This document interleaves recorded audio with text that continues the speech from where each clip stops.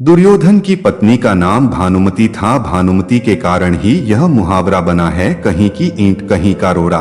भानुमति ने कुंबा जोड़ा। भानुमति काम्बोज के राजा चंद्रवर्मा की पुत्री थी। भानुमति बहुत ही सुंदर, आकर्षक, बुद्धिमान और ताकतवर थी। उसकी सुंदरता और शक्ति के किस्से प्रसिद्ध थे। यही कारण था कि भानुमति के स्वयंवर में शिशुपाल, जरासंध, रुक्मी, वक्रकर्ण आदि राजाओं के साथ दुर्योधन भी गया हुआ था।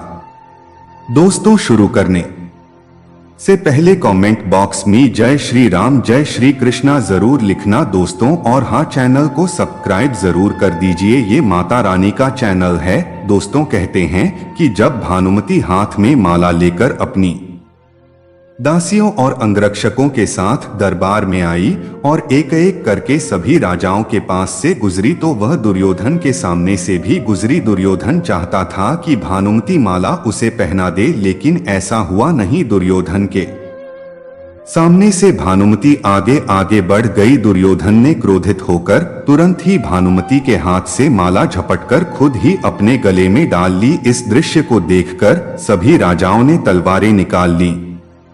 ऐसी स्थिति में दुर्योधन ने भानुमति का हाथ पकड़ा और वह उसे महल के बाहर ले जाते हुए सभी योद्धाओं से बोला, कर्ण को परास्त करके मेरे पास आना। अर्थात उसने सब योद्धाओं से कर्ण से युद्ध की चुनौती दी, जिसमें कर्ण ने सभी को परास्त कर दिया। लेकिन जरासंध से कर्ण का युद्ध देर तक चला।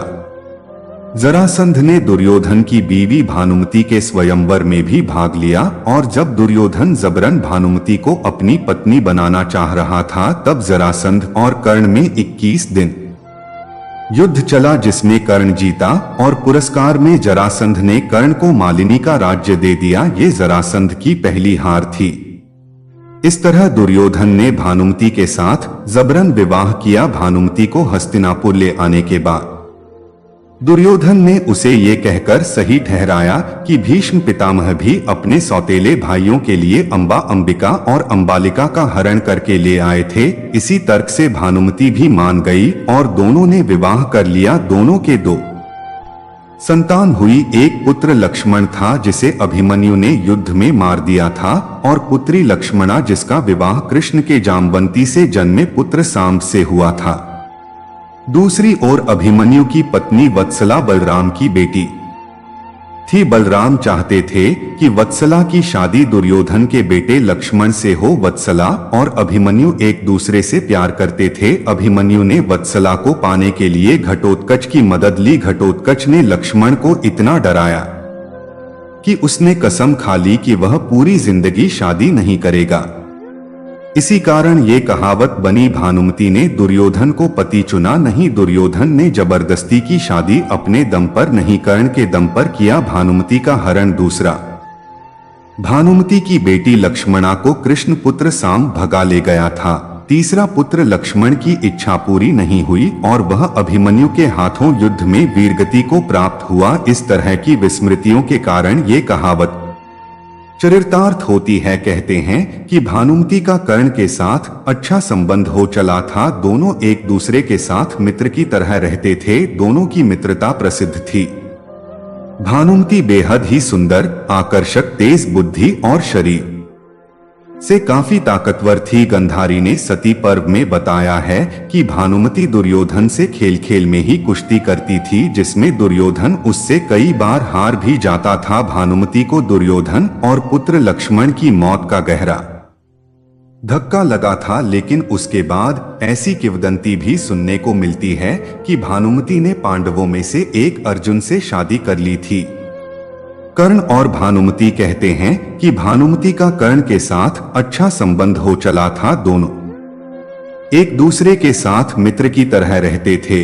दोनों की मित्रता प्रसिद्ध थी। कर्ण और दुर्योधन की पत्नी भानुमति एक बार शतरंज खेल रहे थे। इस खेल में कर्ण जीत रहा था। तभी भानुमति ने दुर्योधन को आते देखा और खड़े होने की कोशिश की। दुर्योधन के आने के बारे में कर्ण को पता नहीं था, इसलिए जैसे ही भानुमति ने उठने की कोशिश की, कर्ण ने पकड़कर बिठाना चाहा। भानुमति के बदले उसके मोतियों की माला कर्ण के हाथ में आकर टूट गई।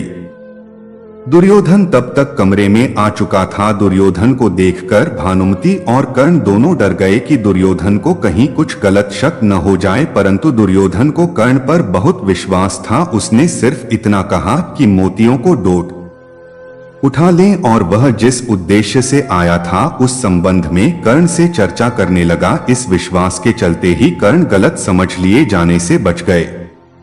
हालांकि कुछ लोग इस घटना का वर्णन इस तरह करते हैं कि दोनों शतरंज खेल रहे थे, भानुमति हार रही थी तो कर्ण प्रसन्न था। इतने में दुर्योधन के आने की आहट हुई तो भानुमति सहसा ही खेल छोड़कर उठने लगी। कर्ण को लगा कि वो हार के डर से भाग रही है, इसलिए उसने उसका आंचल झपटा अचानक ही की गई। इस हरकत से भानुमति का आंचल फट गया और उसके सारे मोती भी वहीं बिखर गए। ऐसे ही समय कर्ण को भी दुर्योधन आता हुआ दिखाई दिया। दोनों शर्म से मरे जा रहे थे और उन्हें डर सता रहा था कि अब दुर्योधन क्या समझेगा। जब दुर्योधन निकट आया तो दोनों उससे आंख नहीं मिला पा रहे थे। तब दुर्योधन ने हंसकर कहा कि मोती बिखरे रहने दोगे या मैं तुम्हारी मदद करूं मोती समेटने में।